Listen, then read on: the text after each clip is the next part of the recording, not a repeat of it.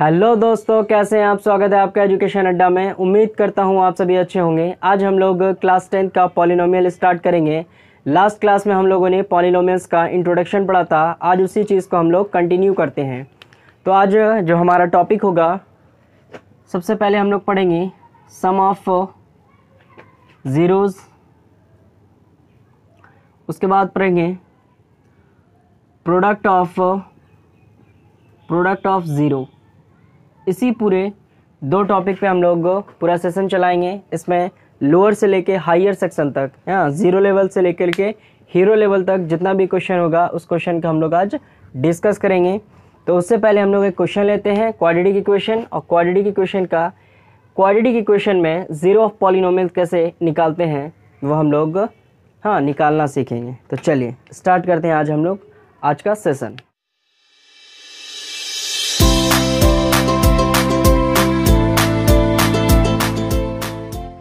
चलिए, पहला क्वेश्चन है आपका कि px बराबर एक इक्वेशन आपको गिवन है। इक्वेशन है x square plus 3x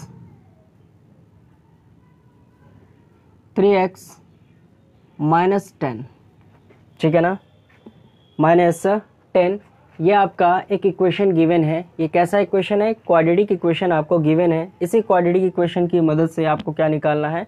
zero of polynomials निकालना है। और हमने लास्ट वीडियो में कहा था कि किसी भी क्वाड्रेटिक इक्वेशन का मैक्सिमम 2 सॉल्यूशन निकल सकता है, मैक्सिमम 2 ज़ीरो ऑफ पॉलिनोमियल्स निकल सकते हैं। तो चलिए स्टार्ट करते हैं, देखते हैं कैसे बनेगा। तो सबसे पहले क्या है कि px बराबर ये इक्वेशन है, इसका मतलब ज़ीरो ऑफ पॉलिनोमियल्स निकालना है। तो ये पूरा इक्वेशन क्या होगा, पूरा px क्या होगा, ज़ीरो के बराबर होगा। तो हम लोग देखते हैं कि x square plus 3x minus 10 जो है ये भी पूरा क्या हो जाएगा, ज़ीरो के इक्वल हो जाएगा, ठीक है। फिर हमने कहा था कि इस कांस्टेंट टर्म्स को एक्स स्क्वायर के कोफिशिएंट के साथ मल्टीप्लाई करना है। तो यहाँ एक्स स्क्वायर का कोफिशिएंट कुछ नहीं है तो क्या है, 1 है। तो 10 का मल्टीप्लाई 1 के साथ करेंगे तो 10 ही आएगा। अब इस 10 का ऐसा फैक्टर करना है, इसे ऐसा ब्रेक करना है कि जोड़ने या घटाने पे क्या आना चाहिए, 3 आना चाहिए। इसका ऐसा फैक्टर करेंगे, तोड़ने, जोड़ने या घटाने पे क्या आना चाहिए, 3 आना चाहिए। इस बात को याद रखेंगे। अगर हम इसको तोड़ते हैं तो पहला हमारा क्या बनेगा, 5 2 जा 10 बनेगा, है ना। 5 2 जा 10 बन जाएगा। और क्या बन सकता है, और बन सकता है 10 × 1 बन सकता है, ठीक है। तो हम देखते हैं कि अगर 10 × 1 लेंगे तो यहाँ 10 + 1 करते हैं तो 11 आ जाएगा। 11 आपको लाना नहीं है। अगर यहाँ माइनस भी करते हैं तो 9 आएगा, और 9 लाना भी नहीं है ना। तो हम यहाँ देखते हैं कि 5 × 2, 10 आता है, लेकिन यहाँ जोड़ने या घटाने पे क्या 3 आ जाएगा। तो ऑब्वियस है कि 5 में से 2 जाएगा तो कितना बचेगा, 3 बचेगा। तब हम यहाँ पे क्या करते हैं कि इस बीच वाली वैल्यू को इस बीच वाली वैल्यू का फैक्टर करते हैं। इसको जो है हम लोग पहले लिखते हैं 5x और -2x, बाकी सारी वैल्यू को एज इट इज़ वैसे ही उतार देना है। अब यहाँ पे समझने वाली बात यह है कि हमने 5 को प्लस में लिखा और 2 को जो है माइनस में लिखा, क्योंकि हमें 3 जो है पॉजिटिव लेके आना था, है ना, पॉजिटिव 3 लेके आना था, +3 लेके आना था, इसीलिए 5 - 2 किया। अगर इसी तरीके से माइनस यहाँ पे होता -3, तो हम इस 3 का फैक्टर कैसा करते हैं, हम इस 3 का फैक्टर करते हैं 5x + 2। इस तरीके से हम लोग 3 का फैक्टर करते हैं, ठीक है। फैक्टर नहीं, इसी तरीके से हम लोग 3 को तोड़ते हैं। चलिए, आई होप यहाँ तक आप मेरी बात समझ पा रहे होंगे। फैक्टर करने के बाद जो काम करना है, आगे से 2 पीछे से 2 क्या करना है, कॉमन कर लेना वैल्यू को, जो भी वैल्यू कॉमन आएगी। तो इन दोनों वैल्यू में 2 2 4 हो गया, 4 हिस्से में से 2 2 हिस्सा अलग कर लेना है। उसका क्या करना है, कॉमन करना है। इन दोनों में क्या कॉमन है, इन दोनों में सर कॉमन है x, है ना। इन दोनों में क्या कॉमन है, x कॉमन है। इसका मतलब है कि यहाँ से हमने एक x निकाल लिया तो सिर्फ एक x बचा, क्योंकि x स्क्वायर था, x स्क्वायर में से एक x निकाल लिया तो क्या बचा, सिर्फ एक x बचा। फिर यहाँ बात करेंगे तो यहाँ 5x है तो x हमने बाहर कॉमन ही कर लिया तो अंदर क्या बचेगा, सिर्फ 5 बचेगा। चलें, अब आपको यहाँ क्या लाना है, x प्लस 5 है। इसका मतलब यहाँ से क्या करें, यहाँ से माइनस कॉमन करें, ठीक है। क्योंकि जब आप माइनस कॉमन करेंगे कि दोनों के पास माइनस है, तो माइनस कॉमन करेंगे तो अंदर जो वैल्यू आएगी इसके बराबर आएगी, प्लस में आएगी। और यहाँ फिर क्या कॉमन करें, यहाँ पे 2 है, यहाँ पे 10 है, यहाँ पे लेकिन x है, यहाँ पे x नहीं है, तो x कॉमन ना करके हम सिर्फ क्या कॉमन करेंगे, 2 कॉमन करेंगे। क्योंकि 2 के टेबल में 2 1 टाइम में कैंसिल आउट हो जाएगा, तो 2 हमने कॉमन कर लिया, तो सिर्फ क्या बचा x, और 2 के टेबल में 10 कितनी बार में, 5 टाइम में, ठीक है। देखिए माइनस कॉमन क्या था, तो माइनस माइनस प्लस, फिर माइनस कॉमन क्या था, तो माइनस माइनस प्लस, ठीक है। तो आपने एक चीज़ देखा कि ये वैल्यू और ये वैल्यू क्या हो गया, एज इट इज सेम हो जाएगी। जब यहाँ पे दो वैल्यू कॉमन हो जाएगा, इस तरफ भी x प्लस 5 और इस तरफ भी x प्लस 5, तब हम क्या करेंगे, इन दोनों में से एक वैल्यू को लिख देते हैं, बाकी जो बचेगा उसको एक ब्रैकेट में समेट देंगे, ठीक है ना। यहाँ तक आप कर सकते हैं। फिर हमने कहा था कि दो वैल्यू कब ज़ीरो आ सकती है, जब एक वैल्यू ज़ीरो होगा, सॉरी दो वैल्यू को मल्टीप्लाई करने पे आंसर क्या आ रहा है, ज़ीरो आ रहा है। तो ये कब हो सकता है कि जब एक वैल्यू ज़ीरो होगा तभी तो मल्टीप्लाई करने पे ज़ीरो आएगा। मान लीजिए कि आपने 0 इंटू 5 लिखा, तब आप क्या देखेंगे, 0 इंटू 5 तो ज़ीरो ही आएगा। इसका मतलब एक वैल्यू तो ज़ीरो होनी है। आंसर ज़ीरो आने के लिए दो में से एक वैल्यू का ज़ीरो होना ज़रूरी है ना। तो यहाँ पर भी हम क्या देख रहे हैं कि इन दोनों का मल्टीप्लाई करने पर आंसर क्या आ रहा है, ज़ीरो आ रहा है, इक्वल टू में ज़ीरो आ रहा है। डैट मीन्स या तो ये ज़ीरो है या तो ये ज़ीरो है ना। तो आपने कहा और आपने देखा कि यहाँ जो है दो में से एक ज़ीरो होगा, तो हमें पता नहीं है कि कौन ज़ीरो होगा। तब फिर आप दिमाग लगाते हैं और करते क्या है कि दोनों को ज़ीरो को इक्वल कर देते हैं। इस वैल्यू को भी ज़ीरो के इक्वल कर देंगे और इस वैल्यू को भी ज़ीरो के इक्वल कर देंगे। जब आपको पता नहीं होता है कि चोर कौन है, हाँ, अगर दो आदमी आपको पकड़ा जाए और पता ना चले कि चोर कौन है, तब क्या होता है, दोनों को सज़ा मिलती है। हाँ, तो वही चीज़ हमने यहाँ किया कि दो में से कोई एक ज़ीरो है, दोनों में से कोई बताने को तैयार नहीं है। तब हमने क्या किया कि दोनों को ज़ीरो के इक्वल कर दिया, ठीक है। यहाँ तक आप समझ रहे हैं मेरी बात। अगर यहाँ तक समझ रहे हैं तो यहाँ से आप एक x की वैल्यू फाइंड कर लें, यहाँ से एक x की वैल्यू फाइंड कर लें, ठीक है ना। तो यहाँ से हो जाएगा ये 5 जो है लेफ़्ट से राइट चला जाएगा, तो ये क्या हो जाएगा, x इक्वल टू 5। लेकिन यहाँ ये प्लस था, जब लेफ़्ट से राइट आएगा तो ये क्या हो जाएगा, माइनस हो जाएगा, ठीक है। फिर यहाँ क्या हो जाएगा, अगर आप इसको निकालना चाहें तो ये जो 2 है लेफ़्ट से राइट चला जाएगा, तो ये क्या हो जाएगा 2। लेकिन यहाँ माइनस था तो यहाँ आके क्या हो जाएगा, प्लस हो जाएगा। प्लस का साइन लिखना ज़रूरी नहीं होता। तो हमने देखा कि x की दो वैल्यू आई, दो ज़ीरो। हाँ, क्वाड्रेटिक इक्वेशन का ज़ीरो ऑफ पॉलिनोमियल्स जो आया वो कितना आया, 2 आया, ठीक है ना। किसी भी क्वाड्रेटिक इक्वेशन के दो जो ज़ीरो ऑफ पॉलिनोमियल्स निकलता है, इसी का हम नाम रख देते हैं एक अल्फ़ा और इसका नाम रख देते हैं हम लोग बीटा, ठीक है। इसका नाम रख देते हैं अल्फ़ा, किसका, किसी भी क्वाड्रेटिक इक्वेशन का दो जो सॉल्यूशन आएगा उस सॉल्यूशन का एक नाम अल्फ़ा रख देंगे और दूसरा नाम क्या रख देंगे, बीटा रख देंगे, ठीक है। अल्फ़ा बीटा कहाँ यूज़ है वो भी हम लोग आगे डिस्कस करेंगे, काम करेंगे, तब आपको और अच्छे से समझ में आएगा। फ़िलहाल आप ये समझें कि कोई क्वाड्रेटिक इक्वेशन था, किसी क्वाड्रेटिक इक्वेशन का मैक्सिमम 2 सॉल्यूशन आ सकता था। तो यहाँ भी मैक्सिमम 2 सॉल्यूशन आया। उसी सॉल्यूशन को मान लीजिए कि आपके घर में, आपकी फैमिली में कोई नया बेबी आता है, तो आप क्या करेंगे, कुछ ना कुछ तो नाम देंगे।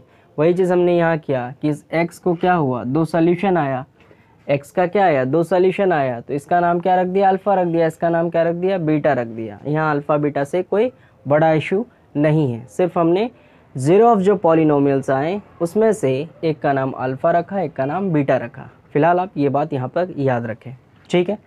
चलिए, आई होप यहाँ तक आप मेरी बात समझ पा रहे होंगे और अल्फ़ा और बीटा भी समझ रहे होंगे। तो चलें एक बार आप इसे स्क्रीनशॉट ले लें या उतार लें।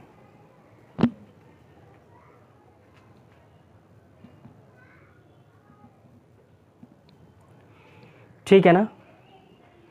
और फेयर करना ना भूलें, फेयर ज़रूर से करें, क्योंकि क्लास 10th के बच्चे को ये होना चाहिए कि हम अपनी कॉपी को फेयर रखें, एक एक चीज़ का नोट्स बनाएं। नोट्स एक अच्छे स्टूडेंट की पहचान होती है। ठीक है।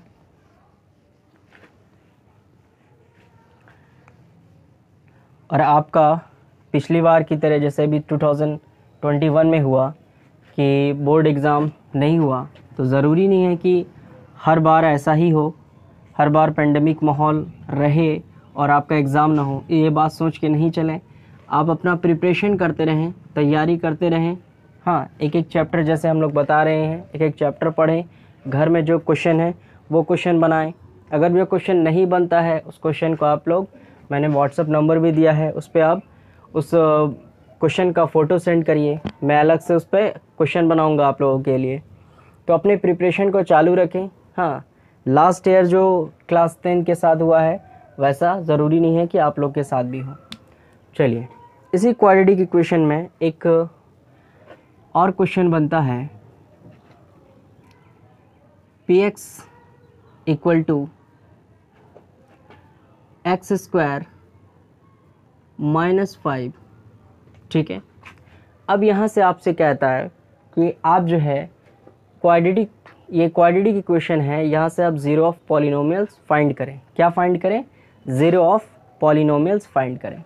तो ज़ीरो ऑफ पॉलिनोमियल्स कैसे फाइंड करेंगे? क्योंकि ज़ीरो ऑफ पॉलिनोमियल्स का हमने जो मूल्य रूप पढ़ रखा है, जो मेन फॉर्म पढ़ रखा है, वो क्या पढ़ रखा है कि ax square plus bx plus c, जहाँ ये कॉफिशेंट होता था और ये क्या होता था, एक कांस्टेंट टर्म होता था, कांस्टेंट टर्म्स होता था। ठीक है। तो आपने इस इक्वेशन में क्या देखा? आपने देखा कि इस इक्वेशन में एक्स स्क्वायर तो है, लेकिन x पे पावर 1 जो है वो नहीं है, ना तो उसका कोई कॉफिशेंट है। तब इसे हम लोग कैसे फाइंड करेंगे? तो इस तरीके का क्वेश्चन और ही ज़्यादा आसान है, बहुत ज़्यादा सिंपल है, पहले वाले क्वेश्चन से भी और आसान होता है। अब देखिए यहाँ पर करना क्या है, जो प्रोसेस है वो प्रोसेस पर तो चलना ही है कि px को क्या करना है, 0 के इक्वल करना है। डैट मीन्स px का मान क्या है? px का मान है एक्स स्क्वायर -5। इसका मतलब ये इक्वेशन भी क्या हो जाएगा, 0 के इक्वल हो जाएगा, है ना। चलिए, 0 के इक्वल हो जाएगा। तब आप क्या देखते हैं कि ये 2 जो ये 5 जो है लेफ़्ट साइड से राइट साइड चला जाएगा, तब ये क्या हो जाएगा, 5 हो जाएगा, है ना। और एक चीज़ हमने पढ़ा है कि अगर कोई स्क्वायर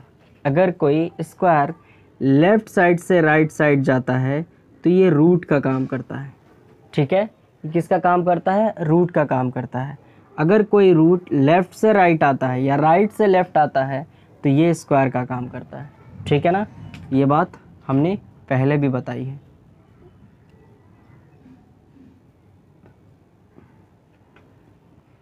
तभी क्या होगा कि ये स्क्वायर जो है ये लेफ़्ट से राइट जाएगा तो इस पूरे 5 पर क्या हो जाएगा, रूट चढ़ जाएगा और ये प्लस माइनस वैल्यू लेके आएगा। क्या लेके आएगा? प्लस माइनस वैल्यू लेके आएगा। जैसे ही स्क्वायर लेफ़्ट से राइट आता है तो प्लस माइनस रूट चढ़ जाता है। तो यहाँ आपने देखा कि एक रूट जो है प्लस में आएगा, दूसरा रूट क्या आएगा आपका, माइनस में आएगा। यानी एक आया प्लस रूट और दूसरा आया माइनस रूट 5, प्लस रूट 5 और माइनस रूट 5। देखिए 2 सॉल्यूशन निकला, यही आपका क्या हुआ, अल्फ़ा हुआ, ये आपका क्या हुआ, बीटा हुआ। ठीक है। चलिए, आई होप ये भी बात आप समझ पा रहे होंगे और समझ रहे हैं, और घर पे भी आप इस तरीके के क्वेश्चन को बनाएंगे और बड़े ही आसान तरीके से बना लेंगे। चलिए,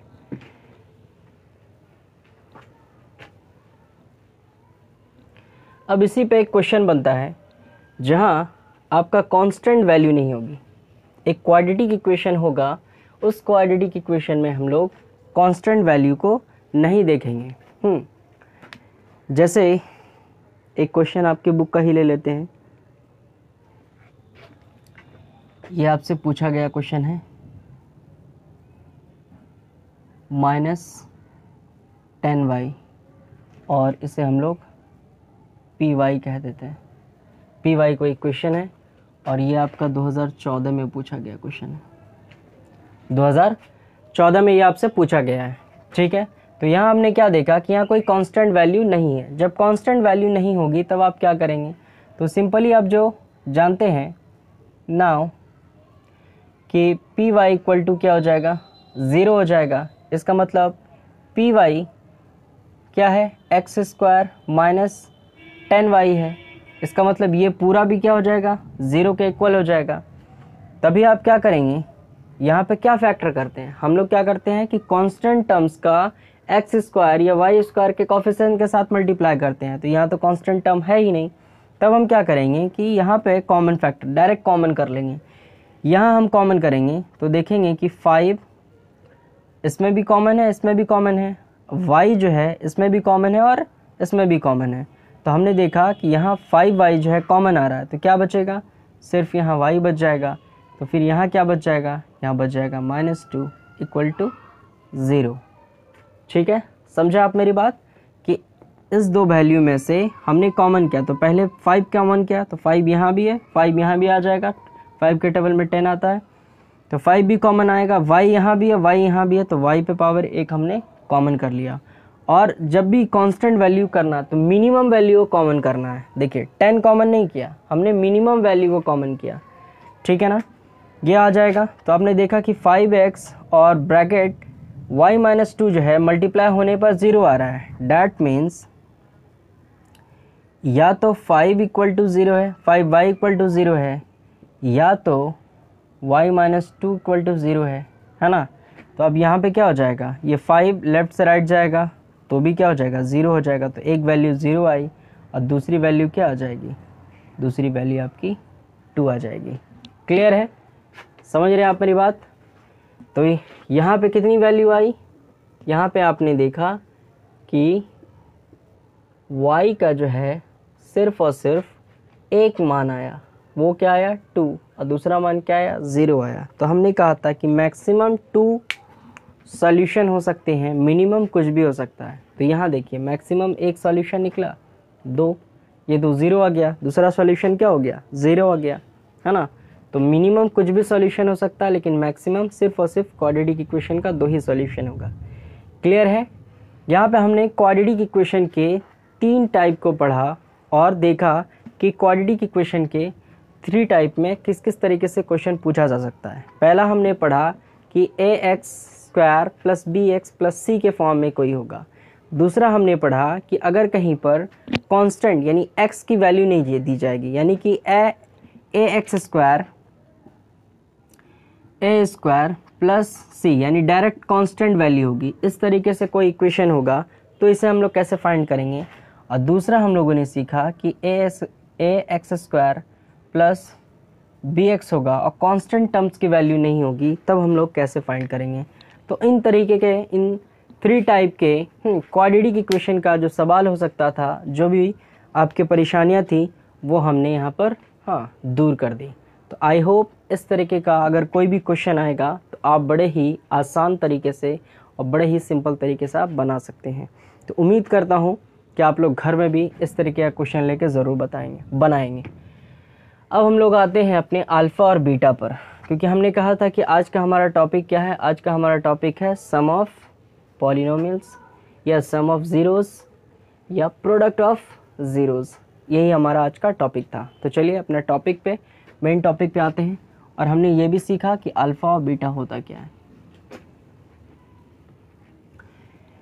देखिए सम ऑफ पॉलिनोमियल्स या सम ऑफ ज़ीरो क्या है। Sum of zero, sum of zeros, ठीक है ना। सम ऑफ ज़ीरोज़ क्या होता है,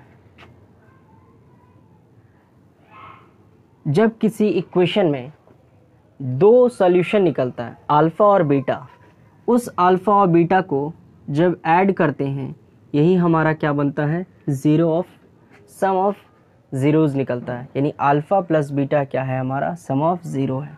ठीक है।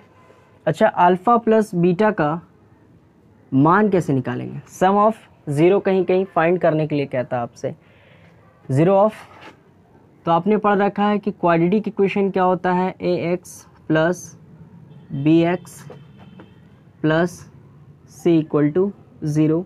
ये आपका होता है क्वाड्रेटिक इक्वेशन। ठीक है। इसी इक्वेशन का कोई दो सॉल्यूशन निकला, अल्फ़ा प्लस बीटा, उसी दो सॉल्यूशन को हमने जोड़ा तो यही क्या बना, सम ऑफ ज़ीरोज़ बना। अब सम ऑफ ज़ीरोज़ को अगर आपसे कह दे कि फाइंड करना है तब इसका फॉर्मूला क्या बनेगा, तब यहाँ बनता है माइनस कोएफिशिएंट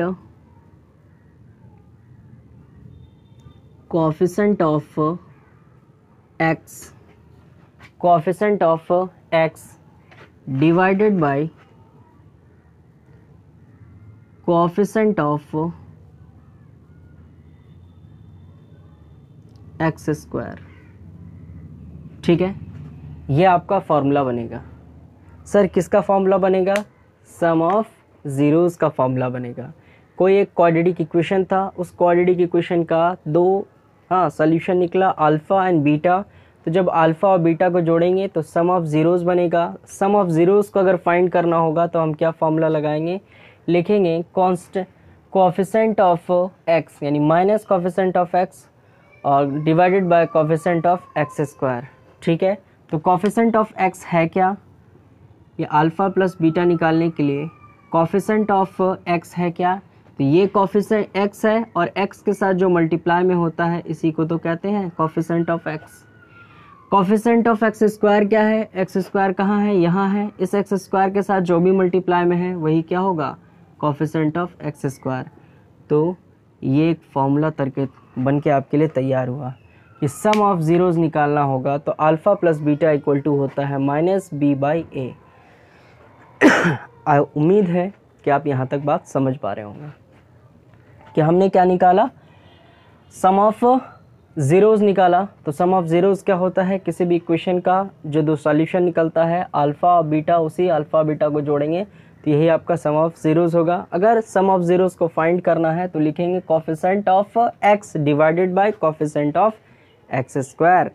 तो एक्स स्क्वायर, x का कोएफिशिएंट क्या है सर, इस इक्वेशन में b है, सर इस इक्वेशन में एक्स स्क्वायर का कोएफिशिएंट ये है। तो आपका ये फॉर्मूला बन के तैयार हो गया। ठीक है। चलिए, अगर आप यहाँ तक बात समझ रहे हैं तो हम लोग आगे बढ़ते हैं। Product of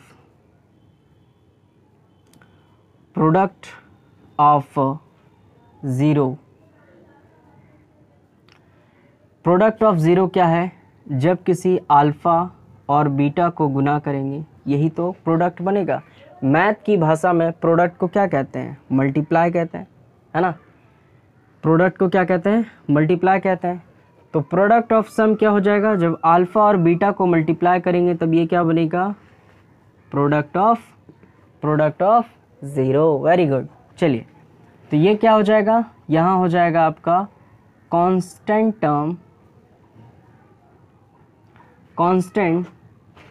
terms divided by coefficient of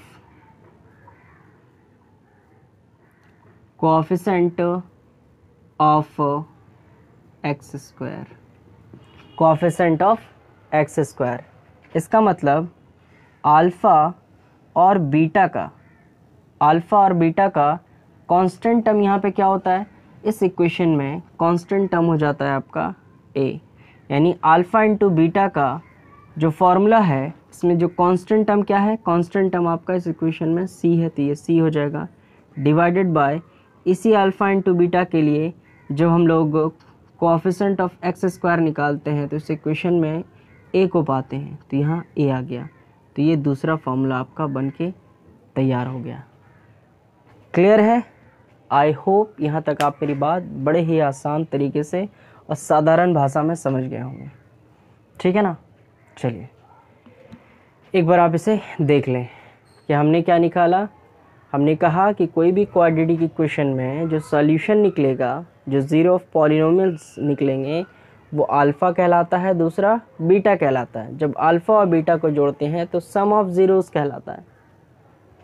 तो सम ऑफ ज़ीरोज़ का जो फॉर्मूला होगा, यानी अल्फ़ा प्लस बीटा का जो फॉर्मूला होगा वो होगा minus coefficient of x divided by coefficient of x square. तो सर कोफिशिएंट ऑफ एक्स था क्या? तो हमने इसके इक्वेशन को देखा तो x के साथ जो गुना में था वो उसका कोफिशिएंट था, एक्स स्क्वायर के साथ जो गुना में था वो उसका कोफिशिएंट था। तो सिंपल भाषा में, साधारण भाषा में एक फॉर्मूला बन के तैयार हुआ कि alpha plus beta equal to minus B by A, है ना। चलिए, प्रोडक्ट ऑफ ज़ीरो में हमने यही देखा कि प्रोडक्ट का मतलब ही होता है मल्टीप्लाई करना। तो alpha plus beta equal to क्या हो जाता है? Minus C by A. Clear है? आई होप यहाँ तक आप मेरी बात समझ पा रहे होंगे। तो सिर्फ एक क्वेश्चन लेते हैं आपके और कॉन्सेप्ट क्लियर करने के लिए, उसके बाद अपने सेशन को यहीं पर हम लोग एंड करते हैं, क्लास को एंड करते हैं। उसके बाद हम लोग नेक्स्ट क्लास में मिलेंगे। तो एक क्वेश्चन हम लोग लेते हैं जिससे कि आपको alpha beta, alpha into beta, इन दोनों का कॉन्सेप्ट और ज़्यादा क्लियर हो जाएगा। चलिए, तो एक क्वेश्चन है जो आपके स्क्रीन में भी है, कह रहा है कि find the equation of whose zero are 2 and -6 verify the relation between the. ठीक है, तो इस चीज़ को पढ़ने से पहले एक पॉइंट और यहाँ पे पढ़ लें आप लोग कि किसी क्वाड्रेटिक इक्वेशन को,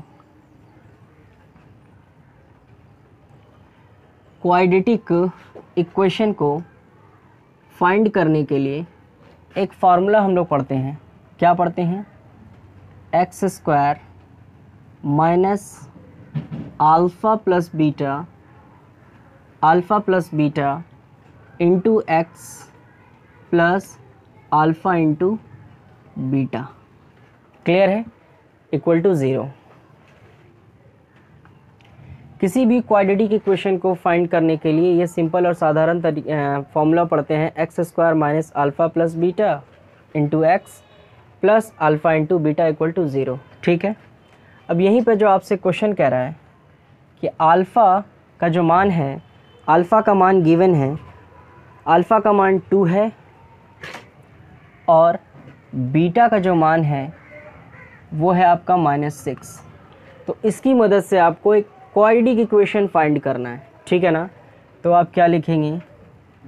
नाउ क्वाड्रेटिक इक्वेशन कि x square minus alpha plus beta, तो अल्फ़ा का मान हो गया 2 और बीटा का मान है -6, तो -6 इंटू एक्स। ठीक है, उसके बाद अल्फ़ा इंटू बीटा, तो अल्फ़ा क्या है 2 इंटू बीटा क्या है -6 इक्वल टू 0। ठीक है ना। फिर हम यहाँ क्या करेंगे कि एक्स स्क्वायर, ठीक है, तो 6 में से 2 जाएगा तो कितना बचेगा? 6 माइनस 2, तो बचेगा आपका -4, क्योंकि 6 माइनस के साथ है इसीलिए माइनस आएगा।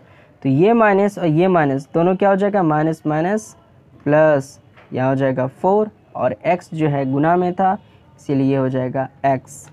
ठीक है, ठीक है, समझ रहे हैं आप मेरी बात?